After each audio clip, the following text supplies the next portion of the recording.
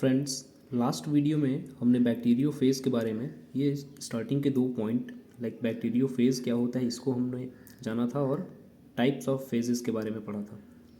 आज की वीडियो में हम कवर करेंगे structure of bacteriophage and economic importance of phase particles. तो चलिए कंटिन्यू करते हैं वीडियो को। फ्रेंड्स, आप देख सकते हैं यहाँ स्ट्रक्चर ऑफ बैक्टीरियोफेज में हमें 2 पॉइंट्स के बारे में जानना है। यहाँ मॉर्फोलॉजी एंड केमिकल कंपोजिशन, कैसा दिखता है बैक्टीरियोफेज। अगर इसका स्ट्रक्चर आपको देखना हो तो आप फर्स्ट ऑफ ऑल स्ट्रक्चर को ही देख लें। यहाँ पे ये है बैक्टीरियोफेज का स्ट्रक्चर। यहाँ देख सकते हैं ये टेडपोल लाइक इसका शेप बताया जाता है कि टेडपोल लाइक ये अच्छा, ये कौन सा बैक्टीरियोफेज है तो इसे हम T2 बैक्टीरियोफेज कहते हैं। ओके, T2 बैक्टीरियोफेज है। इसमें हेड है, this is head region, head, और this is tail region. Okay, head और टेल के बीच का स्ट्रक्चर जो होता है वो कहलाता है कॉलर। और ये जो टेल का ये प्रदेश पार्ट, ये जो ग्रीन कलर से यहाँ इसे कलर किया गया है, this part is called Seth. और इस सेथ के अंदर एक रॉड लाइक स्ट्रक्चर होती है जिसे कोर कहा जाता है। इस सेथ से एक प्लेट जुड़ी हुई होती है हेक्सागोनल। ओके, वो एंड प्लेट कहलाता है। Here is the end. इस हर एक लाइक जो एंड प्लेट है इसमें से 6 स्पाइक्स निकले होते हैं। इन सब के बारे में हम पढ़ेंगे। ये 6 स्पाइक्स जो हैं ये टेल फाइबर्स कहलाते हैं। ओके, थोड़ा सा आपको ये लेंदी लग सकता है क्योंकि इसमें छोटे छोटे जो पॉइंट्स हैं, ठीक है, वो अलग अलग बुक्स से मैंने इसमें कंबाइन किया हुआ है, तो आप देख लीजिए। मॉर्फोलॉजी में देखिए यहाँ पे दिया हुआ है कि shape of this virus that is bacteriophage is similar to tadpole. आपको अभी डायग्राम हमने दिखाया था और बताया कि इसका जो शेप होता है वो टेडपोल की तरह दिखता है। इस वीडियो में हम जो स्ट्रक्चर की बात करने वाले हैं जिस बैक्टीरियोफेज की, वो T2 बैक्टीरियोफेज है, तो उसी को कंसिडर करके ही इसमें सारे पॉइंट्स, मैक्सिमम पॉइंट्स जो हैं वो बताए गए हैं। ठीक है, कुछ दूसरे जो बैक्टीरियोफेज अगर एग्जाम्पल के तौर पे लिए जाएंगे तो उनका नाम वहाँ मेंशन किया जाएगा। ठीक है, बट यहाँ पे अगर बात किया जा रहा है कि shape of this virus that is bacteriophage is similar to tadpole, it means ये T2 फेज की बात हो रही है यहाँ। ओके, आगे देखते हैं। Phases can not be separated even by bacterial filters. इतने छोटे होते हैं, इतने सूक्ष्म होते हैं ये फेजेस कि बैक्टीरियल फिल्टर जो होता है उससे भी ये लाइक अलग नहीं किए जा सकते, सेपरेट नहीं किए सकते, या जिसे हम कहें कि छान के अलग नहीं किया जा सकता इनको। आगे, its structural details known only through electron microscopic studies which infects E coli. E coli means here Escherichia coli. इसके बारे में हमने प्रीवियस वीडियो में भी बात किया था। इलेक्ट्रॉन माइक्रोस्कोप से स्टडी करने पे ही इसके स्ट्रक्चरल डिटेल के बारे में हमें पता चलता है। देखिए, थर्ड पॉइंट में बताया जा रहा है कि जो ये फेज़ है इसकी बॉडी को डिफ्रेंशिएट किया गया है हेड में और टेल में। ओके, हेड कैसा है तो हेड हेक्सागोनल प्रिज्म लाइक है, जिसे प्रिज्मॉइड शेप बोला जाता है। अभी हमने देखा था कि हेक्सागोनल शेप था, हेक्सागोनल शेप में हेड था उसका, और उसमें कई सारे फेसेस उसके ड्रॉ किए गए थे, अलग अलग फेसेस थे इस तरह से। इसी को बोला गया है प्रिज्मॉइड जो होता है इसका हेड होता है एंड टेल होता है। तो इसकी बॉडी 2 पार्ट में डिफ्रेंशिएटेड है, हेड एंड टेल। ओके, आगे देखते हैं कि इन मोस्ट फेजेस, किन फेजेस की बात हो रही है। T1, T2, T6 head prismoid होता है, but T3 and T4 phages में it is simply hexagonal. Some phages are filamentous, they do not differentiate into head and tail. कुछ फेजेस ऐसे भी होते हैं जिनकी बॉडी एक फिलामेंट के जैसी होती है, तंतु के जैसी होती है। इसमें हेड और टेल जैसी कोई संरचना होती ही नहीं है, अलग नहीं होता, डिफ्रेंशिएट नहीं होता हेड एंड टेल जैसे कोई संरचना। ओके, यहाँ T2 फेज के बारे में डिटेल में उसके बॉडी पार्ट्स के बारे में एक्सप्लेन किया गया है, तो इसको आप देख सकते हैं। अब हम जो भी चीज़ यहाँ पे स्टडी करेंगे वो डायग्राम से रिलेटेड होगी।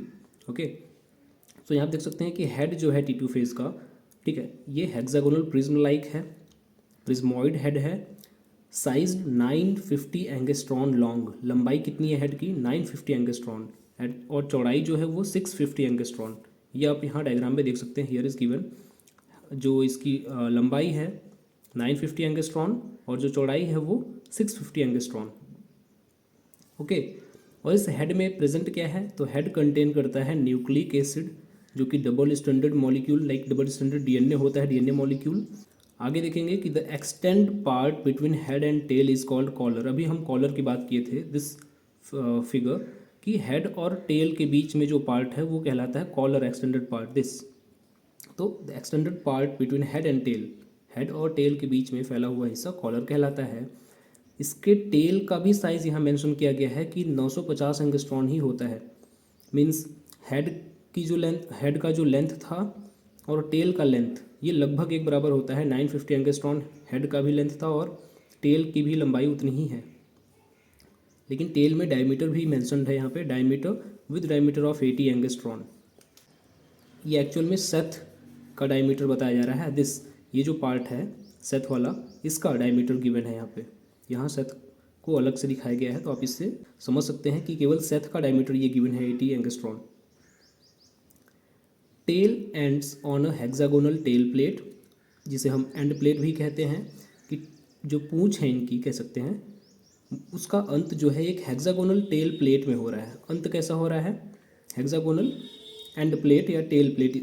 ये स्ट्रक्चर यहाँ से लिया गया है दिस, कि पूंछ का अंत जो है वो कहाँ हो रहा है, हेक्सागोनल टेल प्लेट या एंड प्लेट में हो रहा है। अप्रॉक्सीमेटली इसकी थिकनेस बताई जा रही है 200 एंगस्ट्रॉन। कितना थिक है ये एंड प्लेट, 200 एंगस्ट्रॉन थिकनेस है इसकी। हैविंग 6 स्पाइक्स, इसमें 6 स्पाइक्स होते हैं। नुकीले स्ट्रक्चर होते हैं, ठीक है, जिन्हें टेल पिन्स या टेल फाइबर्स कहा जाता है। दिस स्ट्रक्चर, ये इस स्ट्रक्चर को बोला जा रहा है कि ये टेल फाइबर्स होते हैं। नंबर होता है, इनकी संख्या होती है बॉडी में 6, 1 2 3 4 5 एंड 6। ओके, यहाँ भी दिखाया गया है, शो किया गया है इसे। ईच अबाउट 1500 एंगस्ट्रॉन लॉन्ग, हर एक जो टेल फाइबर है इसकी लंबाई बताई जा रही है कि ये 1500 एंगस्ट्रॉन इसकी लंबाई होती है। Okay, tail pin function. अब ये जो टेल पिन्स हैं या टेल फाइबर जिन्हें कहा जा रहा है, ठीक है, इनका 2 फंक्शन होता है मेनली। पहला तो ये बैक्टीरियम के, जिस बैक्टीरिया पे लाइक ये इन्फेक्ट करते हैं, इन्फेक्शन फैलाते हैं, उस बैक्टीरिया के सरफेस पे चिपकने में हेल्प करते हैं। सबसे पहली चीज़ तो ये टेल फाइबर्स हेल्प करते हैं बैक्टीरिया के सरफेस पे चिपकने में।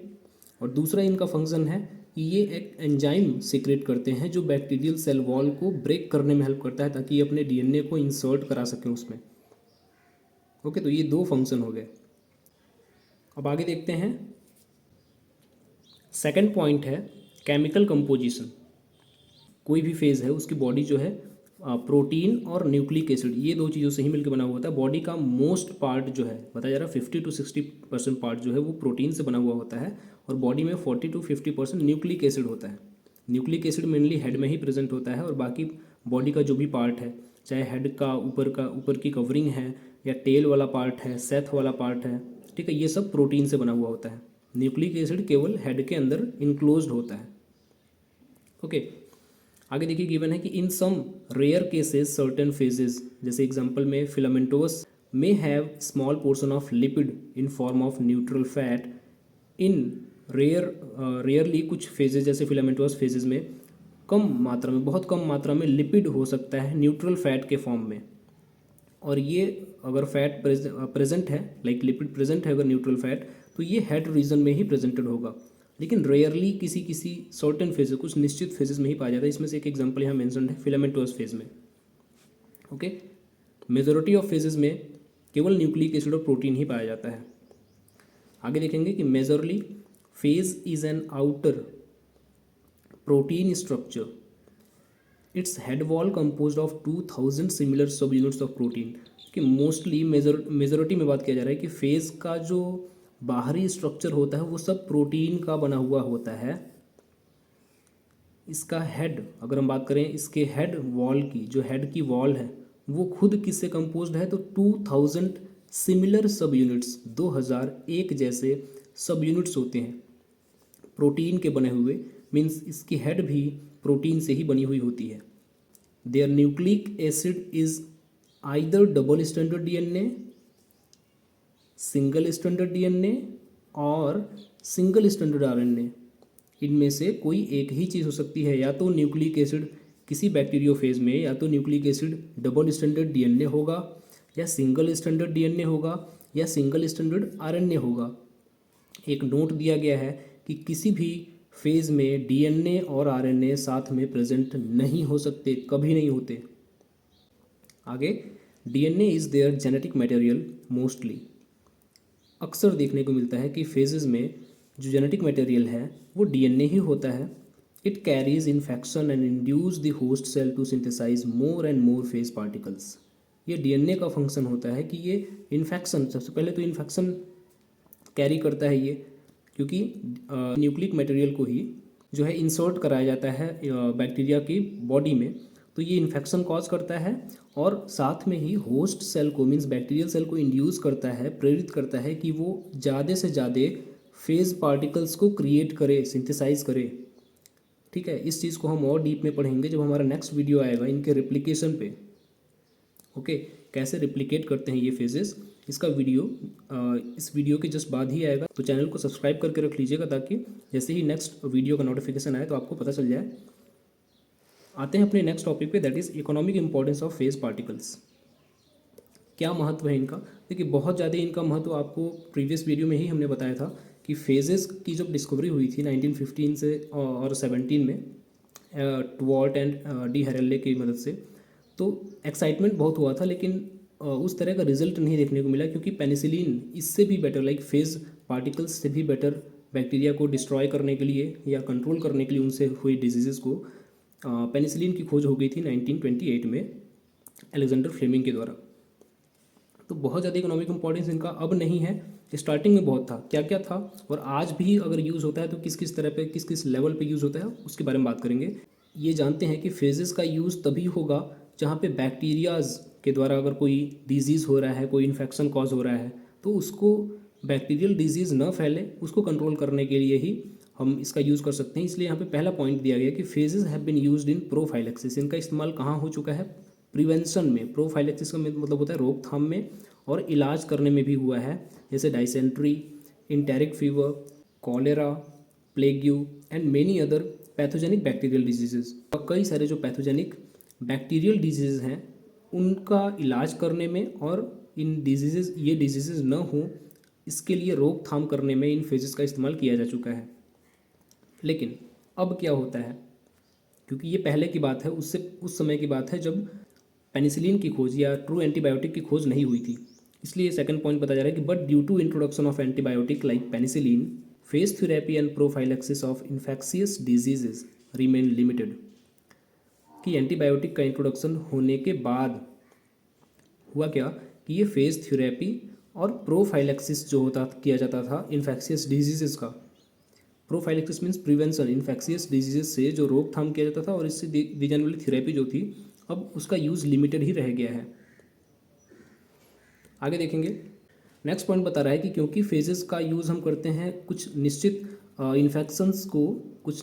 इन्फेक्शंस को डायग्नोज करने में, ठीक है, इनका निदान करने में इस्तेमाल करते हैं। जैसे अगर कोई पॉल्यूटेड वाटर है उसको साफ़ करना है, लाइक बैक्टीरिया लेस करना है, तो वहाँ पे हम इन फेजेस का यूज़ करते हैं ताकि बैक्टीरियाज जो प्रेजेंट है उस वाटर में उनका लाइसिस हो जाए, वो ब्रेक हो जाए, डेड कर जाए, और इस तरह से हम इन फेजेस को स्कैवेंजर के तौर पे भी यूज़ करते हैं।